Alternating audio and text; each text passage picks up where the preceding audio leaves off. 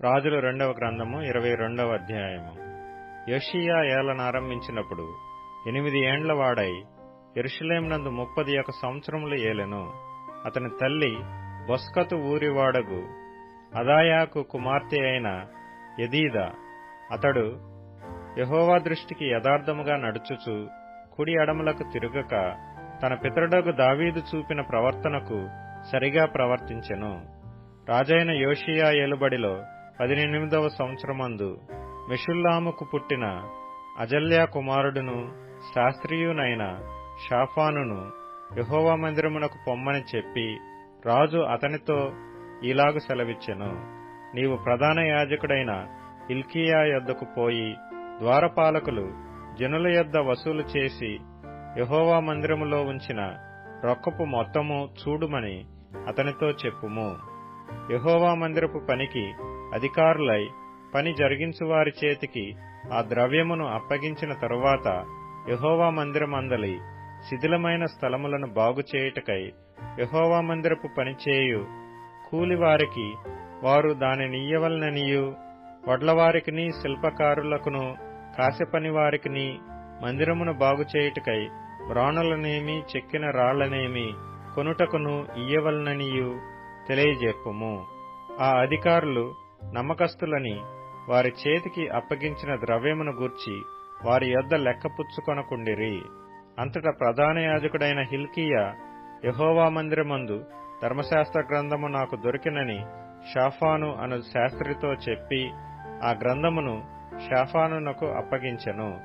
అతడు దానిని చదివి రాజునొద్దకు తిరిగి వచ్చి, మీ సేవకులు మందిరమందు దొరికిన ద్రవ్యమును సమకూర్చి యెహోవా మందిరపు పని విషయములో అధికారులై పని జరిగించు వారి చేతికి అప్పగించిరని వర్తమానము తెలిపి, యాజకుడైన హిల్కీయా నాకు ఒక గ్రంథమును అప్పగించినని రాజుతో చెప్పి ఆ గ్రంథమును రాజు సముఖమందు చదివెను. రాజు ధర్మశాస్త్రము గల ఆ గ్రంథపు మాటలు వినినప్పుడు తన బట్టలు చింపుకొనెను.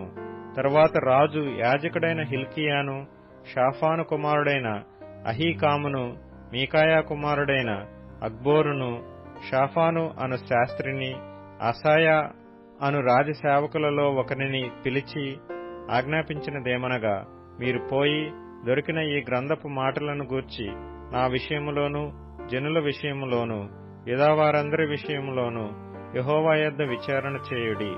మన పితరులు తమ విషయములో వ్రాయబడి ఉన్న దానంతటి ప్రకారము చేయక ఈ గ్రంథపు మాటలను వినని వారైరి గనుక యెహోవా కోపాగ్ని మన మీద ఇంత అధికముగా మండుచున్నది.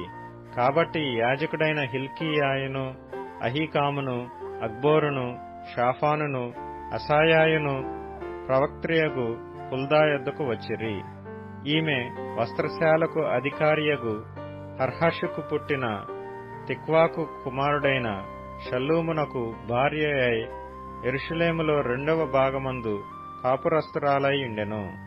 ఈమె యొద్దకు వారు వచ్చి మాట్లాడగా ఈమె వారితో ఇట్లనెను, మిమ్మును నా యొద్దకు పంపిన వానితో ఈ మాట తెలియజెప్పుడి. యెహోవా సెలవిచ్చినదేమనగా, యూదారాజు చదివించిన గ్రంథములో వ్రాయబడియున్న కీడంతటినీ ఏదియూ విడిచిపెట్టకుండా నేను ఈ స్థలము మీదికిని దాని కాపురస్తుల మీదికిని రప్పింతును. ఈ జనులు నన్ను విడిచి ఇతర దేవతలకు ధూపము వేయిచ్చు తమ సమస్త కార్యముల చేత నాకు కోపము పుట్టించి ఉన్నారు గనుక నా కోపము ఆరిపోకుండా ఈ స్థలము మీద రగులు కొనుచున్నది. యెహోవా యొద్ద విచారణ చేయుటకై మిమ్మును పంపిన యూదారాజునకు ఈ మాట తెలియపరచుడి. ఇశ్రాయేలీల దేవుడైన యెహోవా సెలవిచ్చినదేమనగా, ఈ స్థలము పాడగుననియు దాని కాపురస్తులు దూషణాస్పదులగుదురనియు నేను చెప్పిన మాటలను నీవు ఆలకించి మెత్తని మనసు కలిగి యెహోవా సన్నిధిని దీనత్వము ధరించి నీ బట్టలు చింపుకొని నా సన్నిధిని కన్నీళ్లు రాల్చితివి గనుక నీవు చేయు మనవిని నేను అంగీకరించి ఉన్నాను. నేను నిన్ను నీ పితరుల యొద్ద చేర్చుదును. నీవు నెమ్మది నొందిన వాడవై సమాధికి చేర్చబడుదువు. నేను ఈ స్థలము మీదికి రప్పింపబోవు కీడును నీవు నీ కన్నులతో చూడనే చూడవు. ఇదే యెహోవా వాక్కు. అంతట వారు ఈ వర్తమానమును రాజునొద్దకు తెచ్చిరి.